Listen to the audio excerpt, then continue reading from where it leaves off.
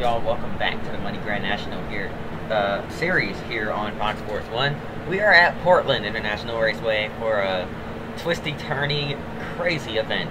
We are about to kick things off. As you see, this track starts off. The very first turn is a tight chicane, so we'll see how this goes. But yep, we got a fun one for you here today. On the pole is the 30 of Stedman Marlin. Starting to his outside, the left side is the 16 of Greg Biffle. Behind them, Randy LaJoie and Kevin Harvick. Rounding out the top 5 is the 2 of Clint Boyer, and to his left side is the 87 of Joe Nemechek. Now as we go through this pace lap here, we get a nice view of the track, get a pretty good idea of what it looks like. And yeah, a lot of drivers doing double duty here, as this is another companion weekend with the MG Cup Series. And drivers will definitely want to be getting as much experience as they can around this racetrack and figuring this track out. Here we go. Down into the final couple of corners. Chris Mack is going to be one to watch back there in the 86 car. He loves the road courses and was very fast here in the MG Cup Series last season, looking to carry some of that speed over here today. But anyways, here we are, about to get underway.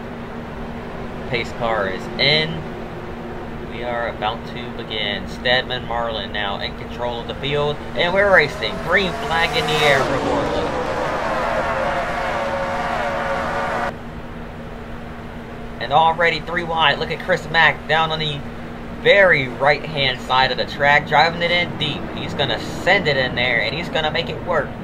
Clean send on the inside for Chris Mack, as he dive-bombed about 10 cars there to try and get up to P5. Looks like he will get P5 here. That 86 car is fast, man. I'm telling y'all. He has... Oh, we got a wreck. Multiple cars off. And more. That's Johnny Sauter going off the track as well. We see Mark Martin with heavy damage. Paul Menard, Ron Hornaday with some damage as well. There's a 27 of David Green's got some damage to the left side of that car as well. Kurt Busch, his rear end is pounded in there. Big time damage off the start. Caution is out, and side by side for position around this little bend as we now head into the final corners. Chris Mack driving it in deep, diving in underneath Randy LaJoie in a 7. LaJoie beats him back to the gas, but Chris Mack has better acceleration. Coming to the line, who's it gonna be? Side by side, coming to the stripe, it's gonna be Randy LaJoie taking control of it there. And the caution is out after 1 lap. Let's see what happened here to Mark Martin, among others. There were a lot of people that went off track, and another one involved Kenny Wallace. We didn't mention him. Kenny Wallace 3 wide with Casey Mears and Mark Martin, and oh, hard hit for Kenny Wallace into the tire barriers there. And then there's Ron Hornaday and Paul Menard sliding off. Wild opening lap here. Jump back into it. Green flag back in the air. Stedman Marlin with a great jump that time. Who's going to pull out and make the move first? Chris Mack got a little bit of damage there under the caution as they stacked up. And speaking of stacking up, my goodness, Jason Leffler on top of somebody there. They are all over each other heading into the first chicane. This is what we expected, and that'll definitely bring out the caution once again. No, it didn't bring out the caution somehow. Lights are still down on a pace car, and the caution lights are not on, so looks like they'll wait it out and see. I mean, Leffler did keep his car rolling somehow, even though he was on top of somebody. There's one car off the track, and it is the one car, Jason Keller. And is he gonna merge safely? Looks like he will find a place to rejoin the track, so we're still green. Chaotic opening lap once again, but it's what we come to expect here from Portland. Coming into the final turns, lefts and rights, and now a set of rights. Stedman Marlin able to hang on to the lead, but Greg Biffle right there behind him. Looks to be challenging that 30 car.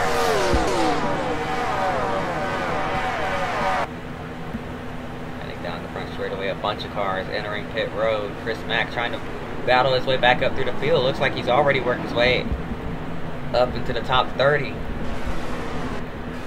As we head back and watch the 86 car, he's actually inside the top 20, but he's going to completely miss the corner just about as he tried to catch it up to the 10 of John Andretti. Now, luckily able to slow that car down before it careened into the concrete wall there.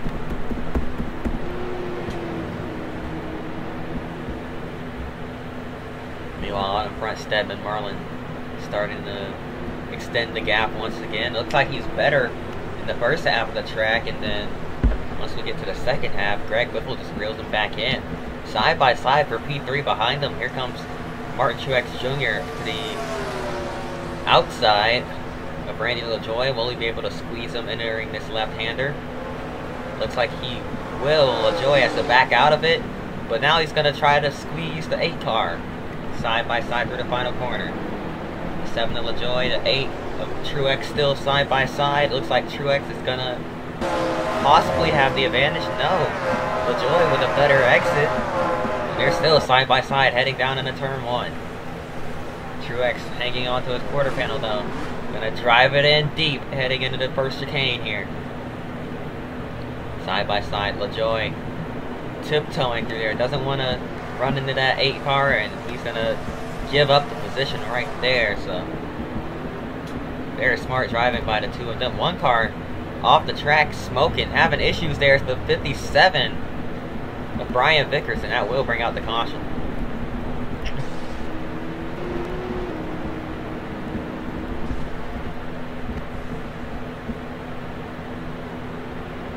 Racing back around to the yellow flag.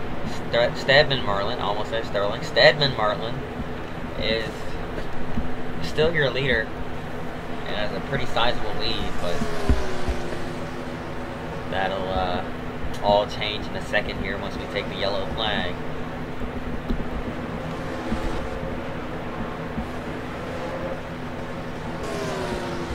Chris Mack's got some damage to the rear end and left side of that car. Wonder what happened there. You can tell he's been to the back of the field. It's an absolute war zone back there. You can absolutely tell just by how his car looks right about now. It is beat up. He must have gotten pounded from behind by somebody. At this point, he's like, why should I fix it? It's not hurting the car too badly. He's gonna keep it out there as they're discussing over the radio. And green flag back in the air. Here we go, heading down into the chicane, stacking up, cars around. Never mind, they're keeping it straight. A couple cars did slide out of line there after getting tapped, but they were able to hang on to it, and we made it through the first chicane somehow. Now the 86 to the inside of Matt Kenseth. Kenseth and Mack side by side. Mack had to check up, but now drives in deep, entering the next corner. Is he going to be able to stick? Make it stick? No, he's not. Goes way wide into that left-hander. Now drives it in deep, entering the right-hander. It's a bunch of carousel-type corners here.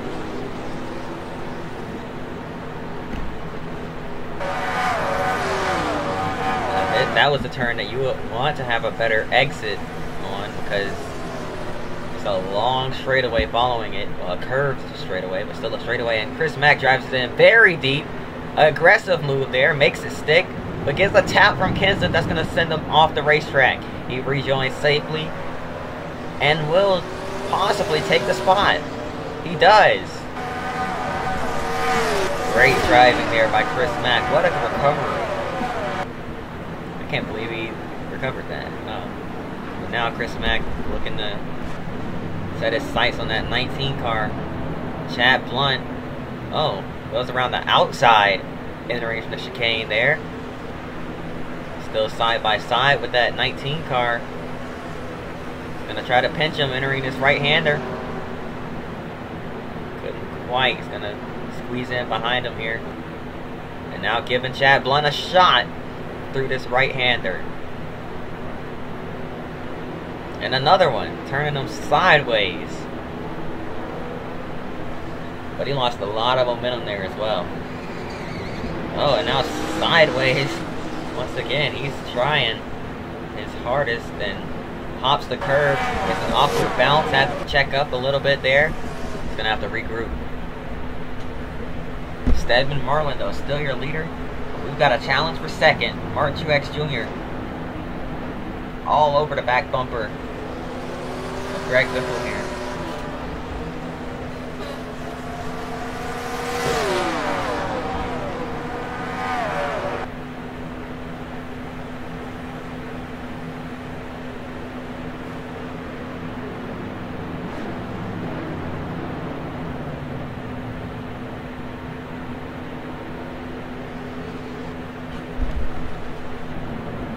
Locking it up back there is Chris Mack once again.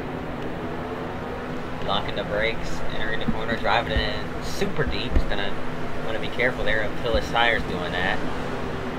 Look at that car. The car is killed. The car is, it looks like it's destroyed. And he's still wheeling that thing around here.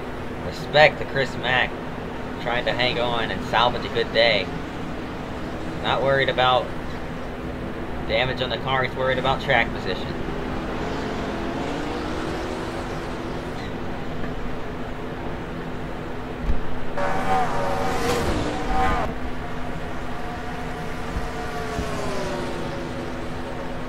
Now heading down into this left-hander, Chris Mack drives it in deep.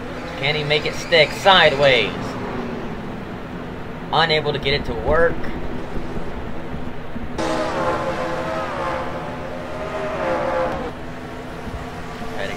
Straightaway there, Stedman Marlin leading yet another lap, uncontested. But Biffle and Truex are right there, keeping it close, not giving them any breathing room at all. As we head through the chicane.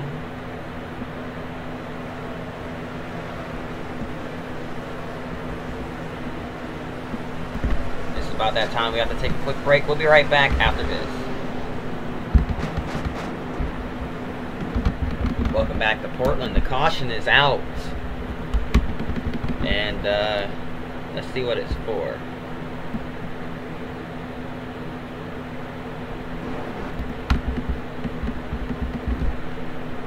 Something tells me it belonged to Chris Mack. Yep, it did. Wow. How about that? Oh, spins the tires. As he got forced off into the grass. No, he overdrove it. It went into the grass there. Tries to rejoin the track, spins the tires, and oh man, catches the 18 of JJ Yaley and collects Chad Blunt. Luckily, neither of the two get any damage from that, it doesn't seem. A little bit of left side damage on the Yaley's car, but nothing serious for either of those cars, so it's a good thing. Could have been a lot worse.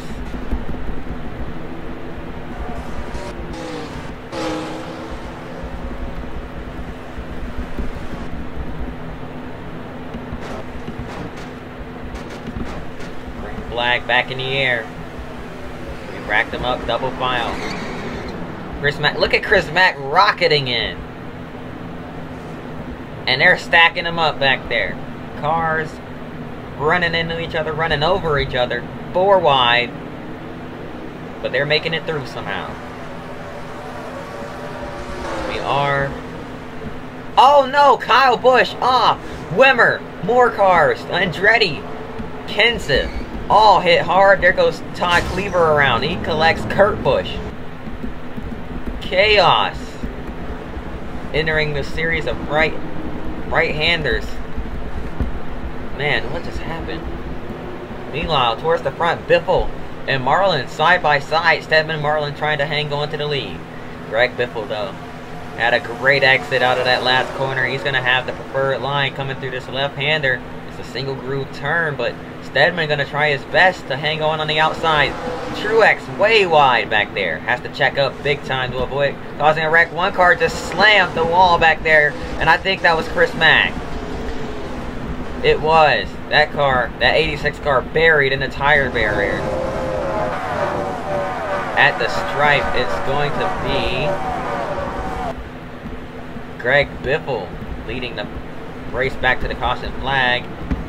And what in the world? That was a crazy lap there. Let's go back and see what all just went down. So Chris Mack dives in.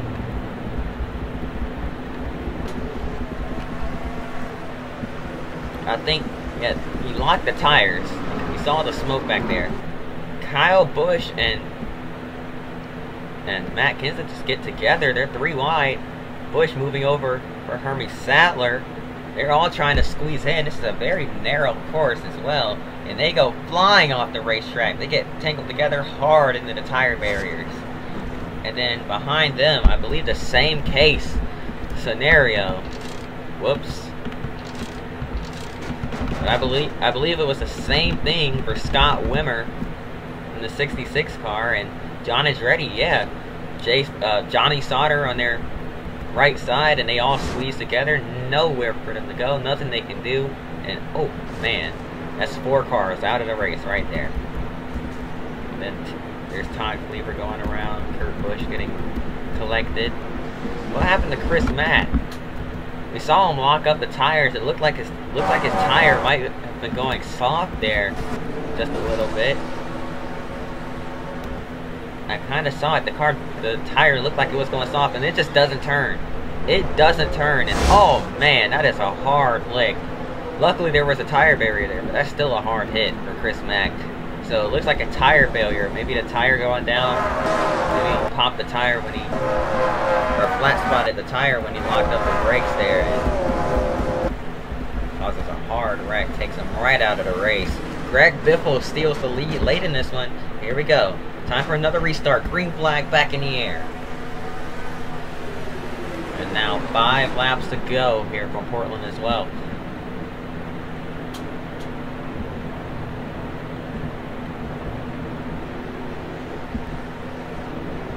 Heading through the chicane. Looks like everyone's making it. A little bit of 3 wide back there. Looks like they're going to sort it out though. Or will they? Yep, they will. For now, at least. Oh no, they're not. Leffler going around hard into the tire barrier. So is Regan Smith. They're in the back, and that will bring out the caution though. Leffler's car not gonna be able to move. That tire, those tires have seen a lot of action in that specific area of the track. So tough break for these guys. Racing back around to the yellow.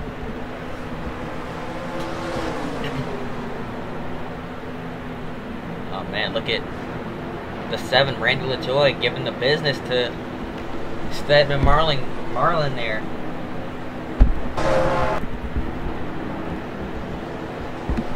And oh man, Stacy Compton hit hard. There is no cushioning there either.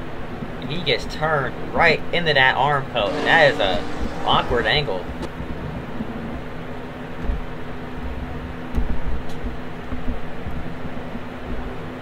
Let's try this again, boys. Here we go. Green flag back in the air. 2 laps to go. Green-white checkers here from Portland. Stedman Marlin retakes the lead on the outside. And now here comes Truex on the inside of Biffle, not able to make it work. Biffle comes back with a run. Here comes Truex, able to clear Randy LaJoie. Truex might try to get back up there and get P2. But Greg Biffle trying to fight back. He knows he's faster than that 30 car. He just needs to go out there and get up there and find a way to pass him. Stedman Marlin needs to make that car as wide as he possibly can. It looks like we're making it through the twists and turns of the first half of the racetrack here. Now into this long straight. It's bit of a bend here, but still a straight for the most part.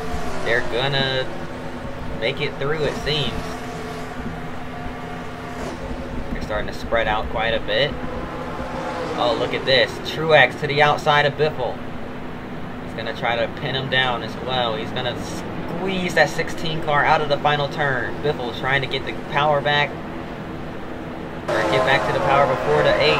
Not quite able to. White flag in the air. One more time around for Stedman Marlin.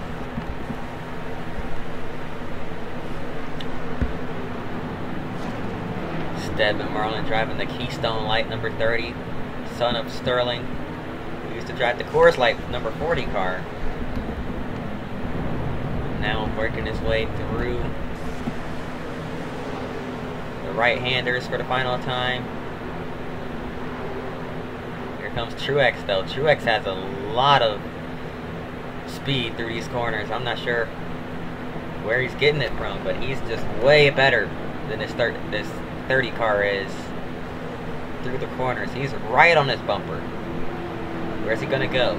Stedman Marlin making that car wide, making sure he's got nowhere to go. Truex trying to stay in the draft. Needs to figure out a way to get past him here.